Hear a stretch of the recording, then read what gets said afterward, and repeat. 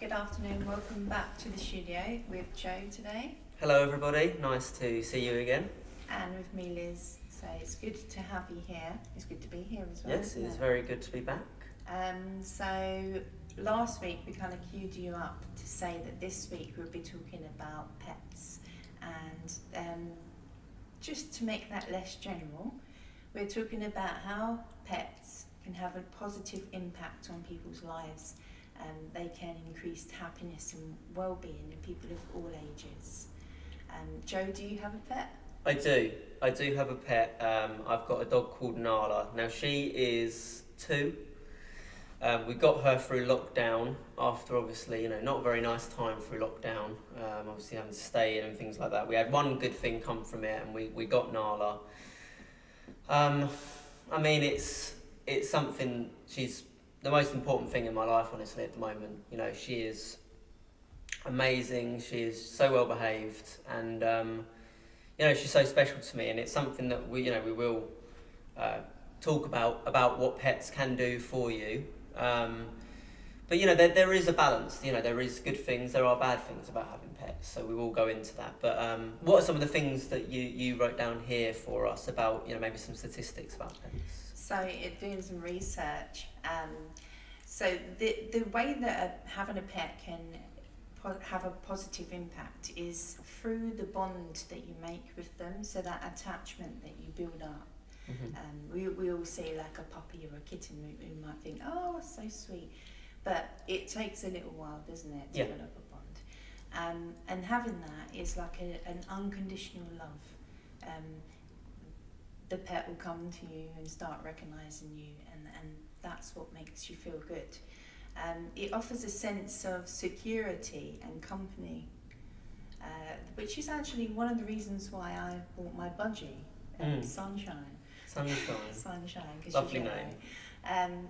Because whilst I was studying, a lot of the time I was isolated and on my own, because I needed quiet.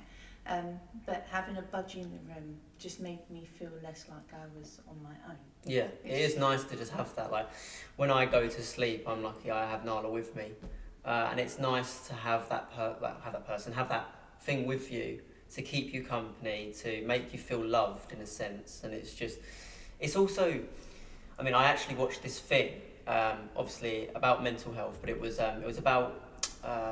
It was one of those educating Manchester, something like that, in schools, and they had like therapy animals come in and kind of stay with kids who were struggling with mental illness and things like that. And it's a big thing, it's a massive thing where makes you feel needed, makes you feel at ease a little bit when you've got your pet with you and you know that they feel safe with you. So there's loads of benefits to having pets, definitely.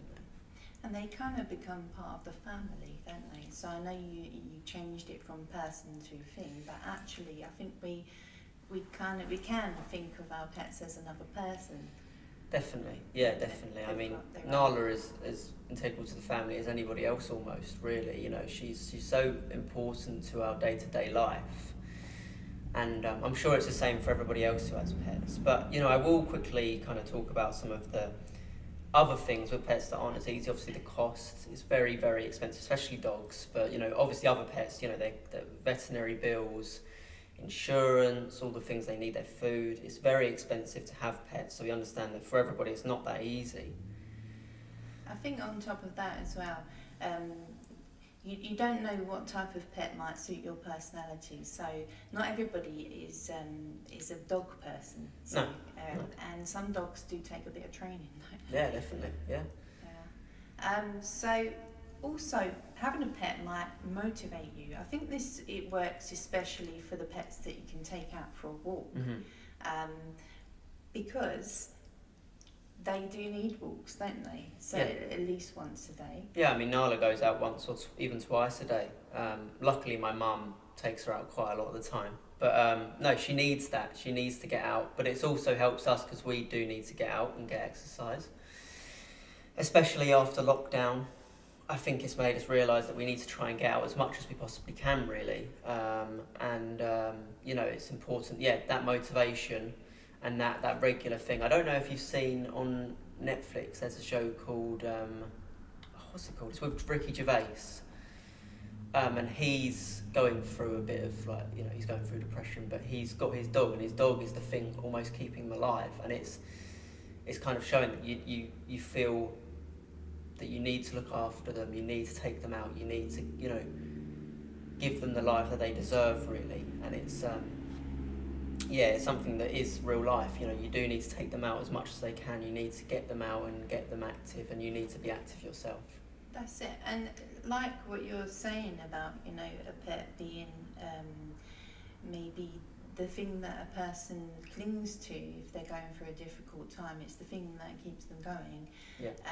For other people, that might be their children. Well, not everybody has children, do they? And their pets kind of become like that substitute. Yeah, definitely. I mean, I think another thing with pets, another thing is you learn a lot about,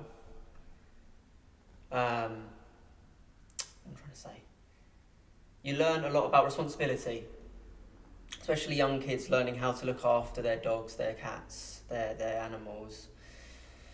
Yeah, you learn quite a lot in terms of what you need to do to look after them, how you need to treat them, how you need to take responsibility, and that is a massive thing, and that is a benefit of having a pet, definitely. One of the things that also came up was that pets rarely criticise. Well, obviously we wouldn't really know, would we? unless they do it under their breath. I would argue actually that if you have a cat, especially a grumpy one, actually they criticise their human owners all the time. Definitely. So we have to be kept in check as well. So they can also help us to socialise, because we've got pets in common, haven't we?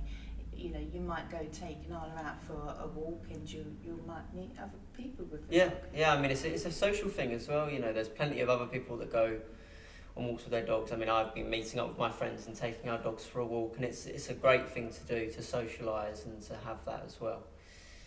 But yeah, I mean, there's some of the key benefits, some of the key maybe not disadvantages. I think the other thing as well with a pet is it does kind of tie you down a little bit. It can sometimes make things a little less easy.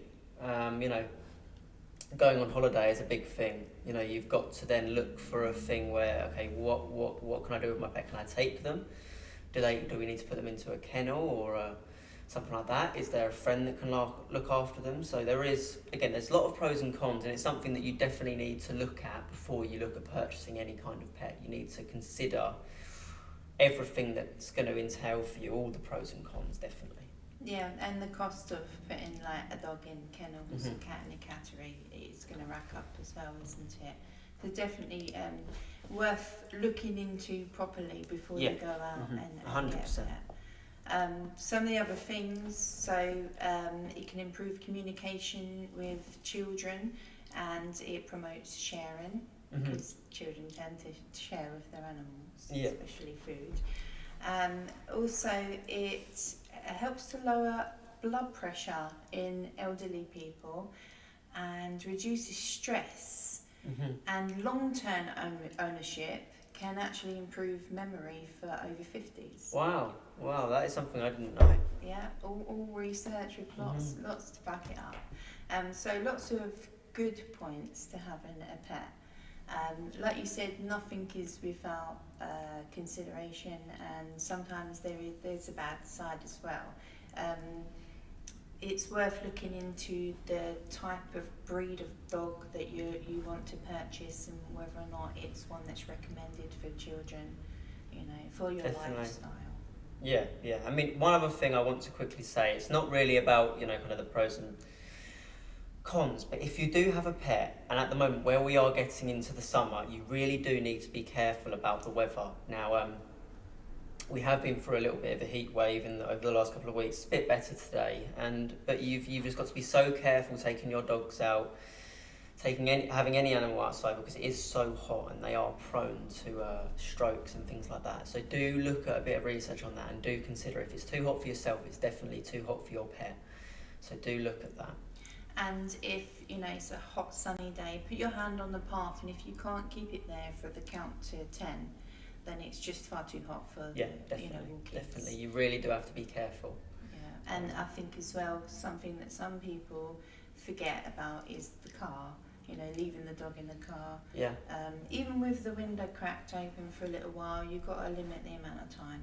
Yeah, you really do have to consider different things with your pets. You just got to make sure that you are looking after them, making sure they're in the right environment, keeping them safe, and that's one of the main things to consider as well. So we've really thought about the positive impact that pets can have, and some of the things to look out for with getting a pet.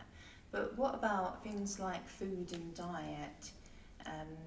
What do you feed Nala? I mean, we currently feed her like a combination of like wet food and kibble. If she's lucky, she does get some food from us, but we do have to look at if it is good for her. I think it's similar to ourselves. You've got to look at them having it in consideration. You've got to make sure they're having a healthy diet. So, again, read up on that. There's loads of different things. You can speak to your vet about it all. So there's plenty of different things you can look at, but, yeah. On some of the foods as well, on the back, it might have a guide for how much to feed your pet by, how much it weighs. And also, some things are toxic to pets, just like humans, I suppose, Yeah, I mean, obviously, chocolate, grapes, there's different things dogs can't have. I mean, that's for dogs anyway, but for other pets, there's a lot of things they can't have. So, again, do your research, make sure you are, making sure that your pet can eat this or can't eat this. And again, it's all about, keeping them happy. I mean, that's the main thing. That's one thing that I love. Nala is so happy. And that's what's so great to see, how happy she is with her life. And how happy she makes all of us. Some other things. So, unfortunately, there have been stories where dog owners have taken their dogs out to, the woods or to places like open fields, and their dog has been poisoned by people who have actually put poisonous food down for dogs, which is not a very nice thing to do. But it's something to look out for, isn't it? Yeah, definitely. It's a horrible thing to hear, but again, you've just got to be careful. You don't really know what's in this world really in terms of people, but you keep them safe. You keep your pets with you. Again, sometimes it's good to keep them on their leads, keep them close to you. The same as with other pets, you've got to be careful. If your dog is a bit temperamental, sometimes Nala has been a bit awkward around other dogs, and what we do, we keep her close when that's the case. Luckily, she doesn't cause many problems. She hasn't really caused any problems, but you just got to be careful. If your dog is someone that maybe doesn't like the company of other dogs, keep them on their lead, keep them close, and be careful with them. Yeah, I suppose if you've got a house cat, it's not really much of a problem. But if you've got a cat that likes to go out, they do have scraps. There's not very much we can do about it, apart from just ask your vet if that's something that you're concerned about. Yeah, definitely. But I think that's mainly it with all the kind of talk about our pets. What else have we got going on here? around live streams. So tomorrow we've got an open church. Opportunity for anybody who likes to craft or even to game to bring their project in and to use the space here. So use our tables and our chairs. We've got the cafe open if anybody would like a drink. Also tomorrow at 7 o'clock we've got an open evening, so it's 7 till 8:30. It's for anybody in this area to drop in and to hear about what is going to be happening at Mendip Community Gardens, and also to have your say on it.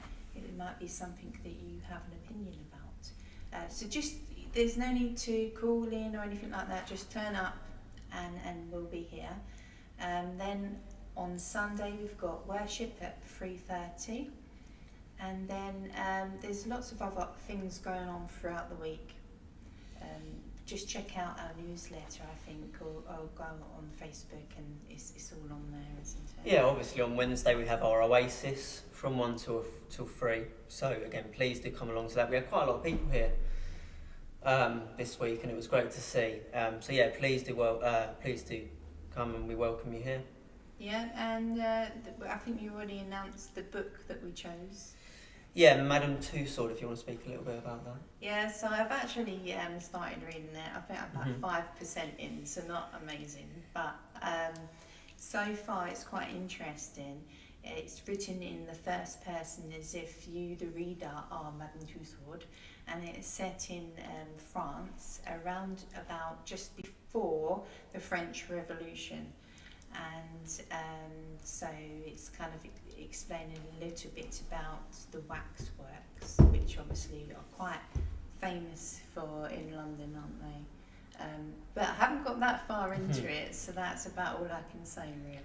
Yeah, well, we'll see about that. If you do want to join us next month, please do maybe look at reading a bit of it and join us. But I think that's it from us today. Thank you for joining us here, and we will be back next Thursday. Okay, bye-bye.